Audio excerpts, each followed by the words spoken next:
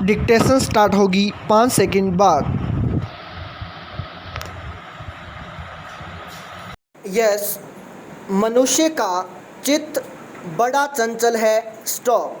उसकी चंचलता की गति विचारों से भी तीव्र है। स्टॉप। वह एक क्षण में एक साथ कई विचारों में भ्रमण कर सकता है। स्टॉप। मानव मन की चंचलता से हमेशा व्यग्र रहा है। स्टॉप। वह करना कुछ चाहता है, कॉमा, उसका मन उसे कुछ और के लिए बाध्य करता है। स्टॉप। वह सोचना कुछ और, कॉमा, चाहता कुछ और है, कॉमा, और उसका मन कहीं और ले जाता है। स्टॉप। वह करता कुछ है, कॉमा, उसके मन में ख्याल कुछ और चलते हैं। स्टॉप। वह चलता जमीन पर है लेकिन विचार अंतरिक्ष का करता है। स्टॉप। वह बैठता सत्संग में है पर मन दुकान के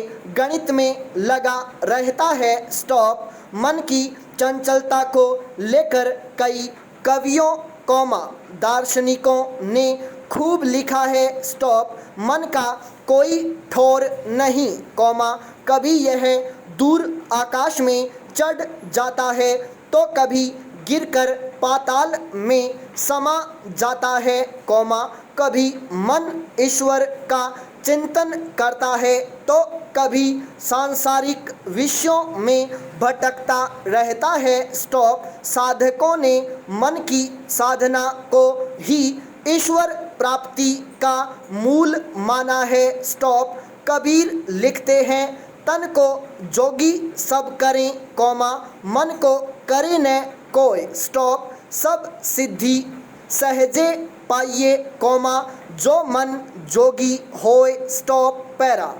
मनुष्य की आकांक्षा सब कुछ पा लेने की होती है। स्टॉप। वह एक साथ अंतरिक्ष और समुद्र को बाहों में भर लेना चाहता है। स्टॉप। वह दुनिया के तमाम रहस्यों को भेद देना चाहता है। स्टॉप। वह इस ब्रह्मांड की सारी व्यवस्थाओं को एक साथ मुट्ठी में भींच लेना चाहता है। स्टॉप। स्वाभाविक ही है कि यह संभव नहीं है। स्टॉप। क्योंकि वह जिस अस्तित्व को नियंत्रित कर लेना चाहता है, कौमा, उसके रहस्यों को भेद देना चाहता है, कौमा, वह उसका एक अंग मात्र है। स्टॉप। अंग होकर अंगी को नियंत्रित कर लेना असंभव है। स्टॉप। यह ऐसा ही है जैसे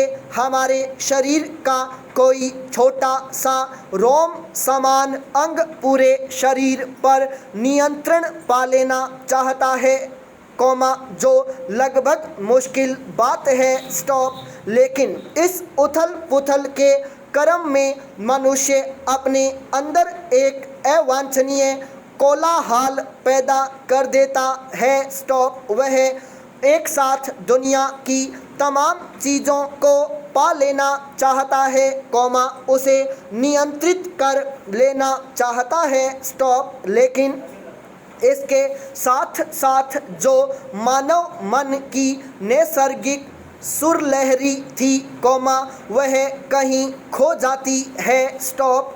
अकारण पैदा कर ली गई इस अव्यवस्था में मन निविड़ निर्वता भंग हो जाती है और पुनः मनुष्य उस शांति के लिए, कौमा, चित्त की नैसर्गिक अनुभूति के लिए यहाँ वहाँ भटकता रहता है। स्टॉप।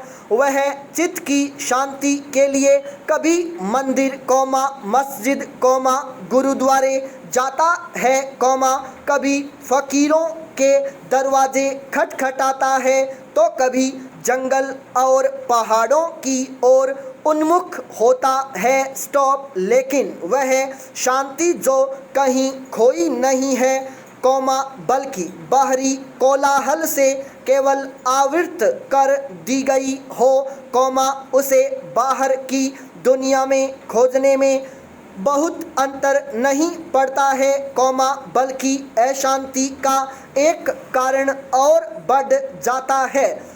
खोजा उसे जाता है जो कहीं खो गया हो, कॉमा, चित्त की शांति हमारा स्वभाव है, वह कहीं खो नहीं सकता, कॉमा, केवल उस पर बाहरी आवरण पड़ गए हैं जिन्हें हटाने भर की ज़रूरत होती है, कॉमा, ठीक वैसे ही जैसे सूर्य के ऊपर बादलों की धुंध पड़ी हो और सूर्य के प्रकट होने में मात्र बादलों के हटने भर की देरी हो। Stop para. अब प्रश्न उठता है कि चित्त की शांति का उपाय क्या है। स्टॉप। वह कौन सी विधि है जिससे शांत चित्त की स्थिति को प्राप्त किया जा सकता है। स्टॉप। उत्तर है कोई अलग विधि नहीं, कॉमा, इसकी केवल एक ही विधि है। स्टॉप। वह है सारी विधियों को हटा देना। स्टॉप। जब मन के अंदर के सारे कोलाहल गिर जाएं तो जो शेष बचेगा वह चित्त की शांत स्थिति ही है। स्टॉप।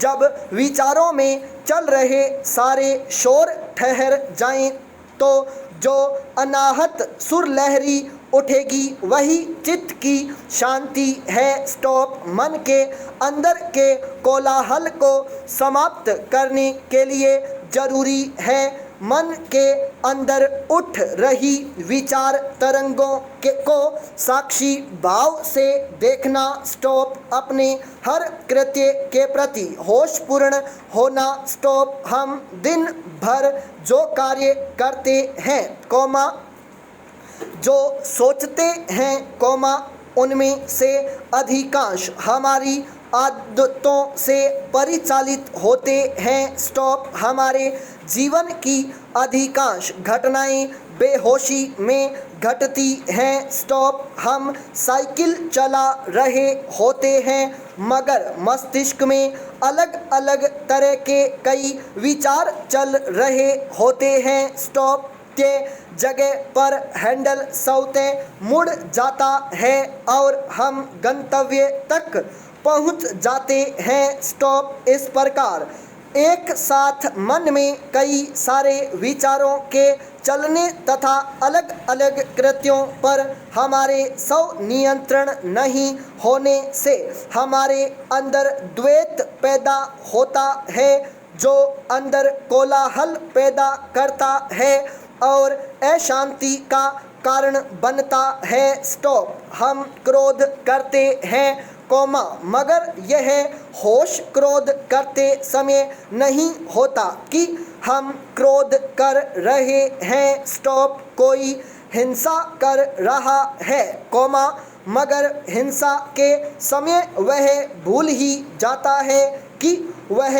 हिंसा कर रहा है। स्टॉप। भोजन करते समय भी हमें याद नहीं होता कि हम भोजन कर रहे हैं, कॉमा, हम आदतन भोजन करते रहते हैं और मन के अंदर विचारों का कोलाहल चलता रहता है। स्टॉप। यह स्थिति चित्त की व्यग्रता का कारण बनती है। स्टॉप। एक साथ चित्त अतीत, कॉमा, वर्तमान तथा भविष्य के सारे विचारों और कृत्यों में उलझा रहता है। स्टॉप। इस क्रम में जो वर्तमान में चल रही घटना है उसके प्रति हम बेहोशी की स्थिति में आ जाते हैं, कॉमा, जो चित्त को बेचैन करता है। Stop para.